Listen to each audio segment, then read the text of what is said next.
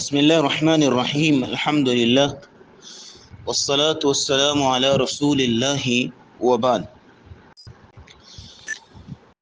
پچھلے درس میں ہم نے سورہ فرقان کی 2 آیات اور ان کی تفسیری وضاحت آپ کے سامنے رکھی تھی،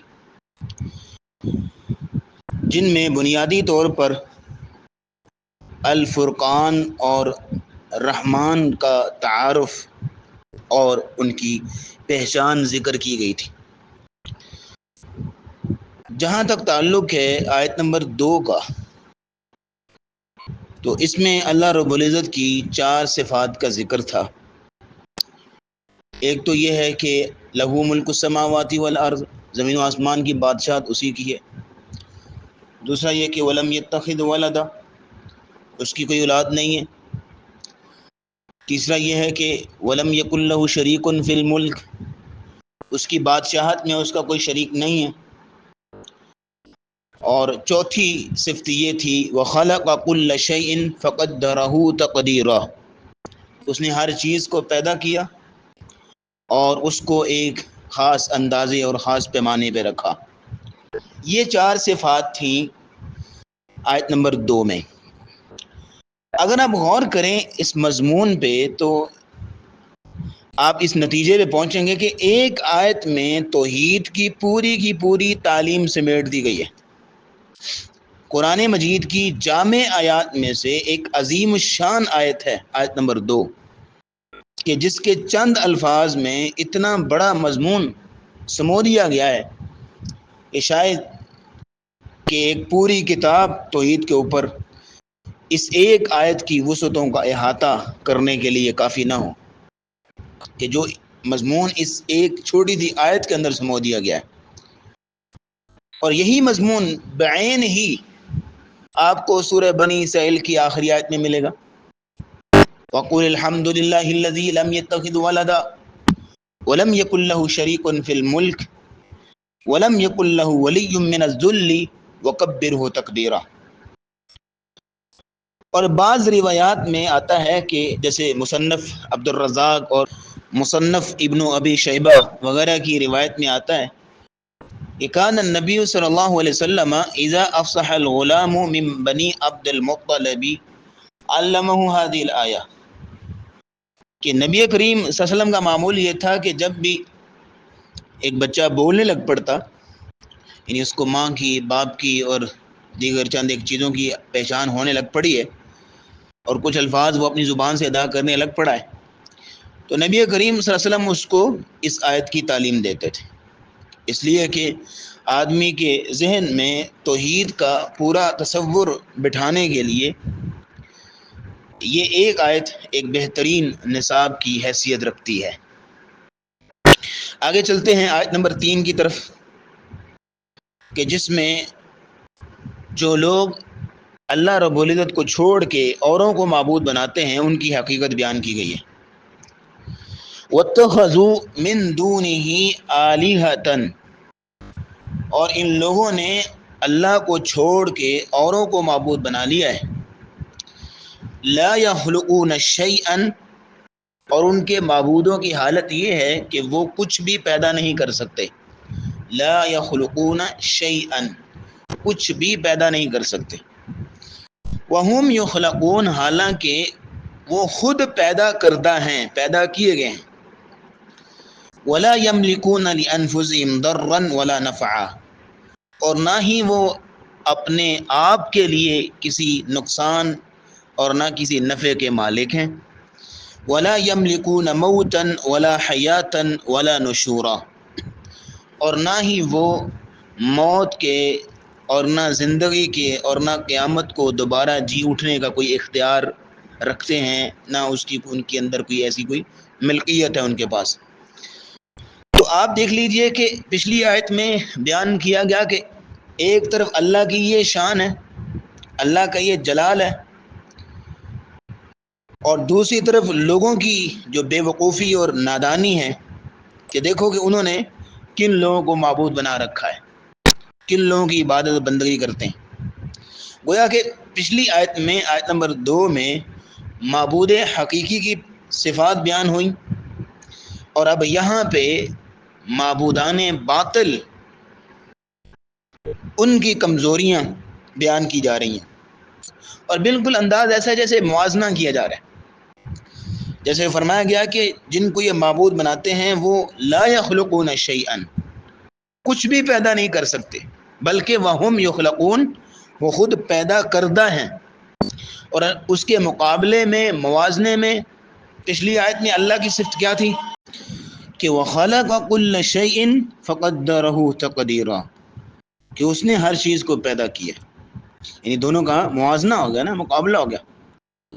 اور مشرکین کے بنائے ہوئے معبودوں کی حقیقت کیا بیان کی جا رہی ہے یہاں پہ کہ لا یملکون لانفسہم ضرا ولا نفعا، کہ یہ اپنے آپ کے لیے بھی کسی نفع نقصان کے مالک نہیں ہے.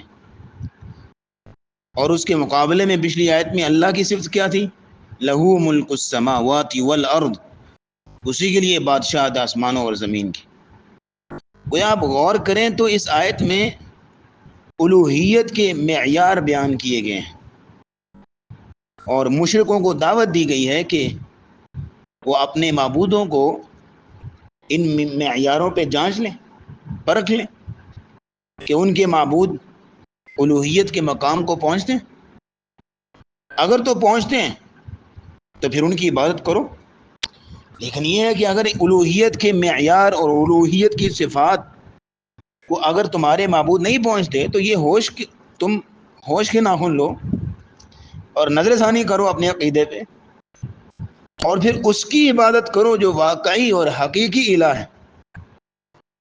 اس لیے یہاں آیت نمبر 3 میں اس حوالے سے 4 معیار بیان کیے گئے، یعنی الوہیت کے، معبودیت کے 4 معیار. نمبر 1 یہ بات کی گئی کہ وَاتَّخَذُوا مِن دُونِهِ آلِهَةً لَا يَخْلُقُونَ شَيْئًا، جن لوگوں کو یہ معبود بناتے ہیں اللہ کو چھوڑ کے یہ کچھ بھی پیدا نہیں کر سکتے. تو جو کچھ پیدا ہی نہیں کر سکتا، بنا ہی نہیں سکتا، وہ معبود کیسے ہو سکتا ہے؟ اور پیدا کرنے کی حقیقت کو تو سورہ حج کے آخر میں بیان کر دیا گیا، آخری رکوع کے شروع میں، کہ یا ایھا الناس ضرب مثل فاستمعوا له، اے لوگوں ایک مثال بیان کی جاتی ہے، غور سے سنو.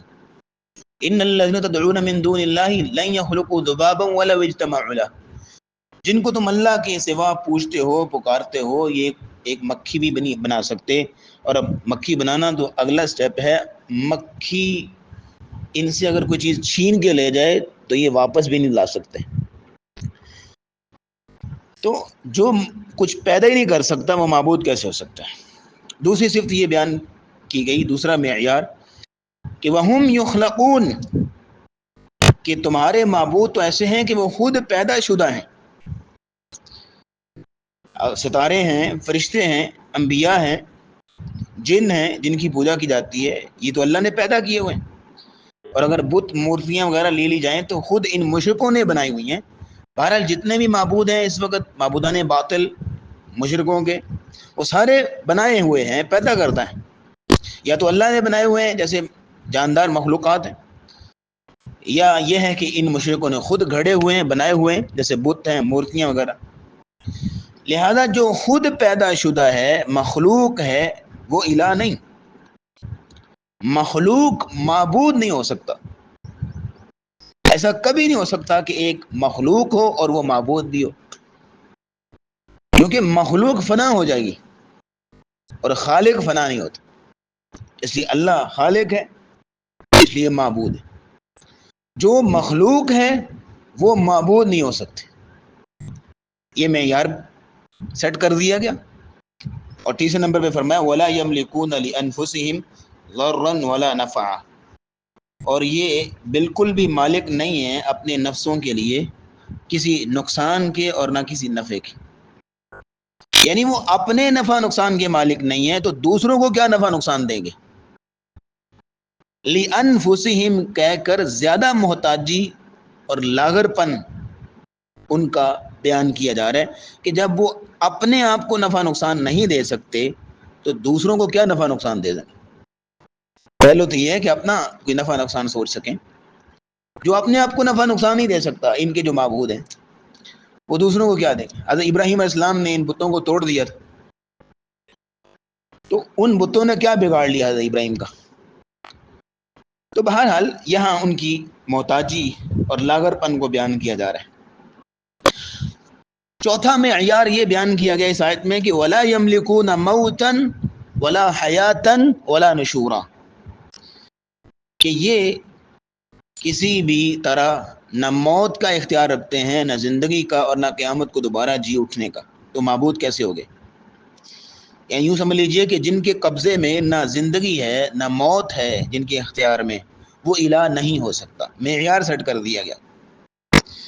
تو بہرحال یہ چار معیار ہیں۔ ایک تو یہ ہے کہ کچھ بھی پیدا نہیں کیا انہوں نے، تو معبود کیسے بن گئے؟ دوسرا یہ کہ خود مخلوق ہیں، تو معبود کیسے بن گئے؟ تیسرا یہ ہے کہ اپنے آپ کے لیے بھی نفع نقصان کے مالک نہیں ہے، تو دوسروں کو کیا نفع نقصان دیں گے؟ تو معبود کیسے ہو گئے؟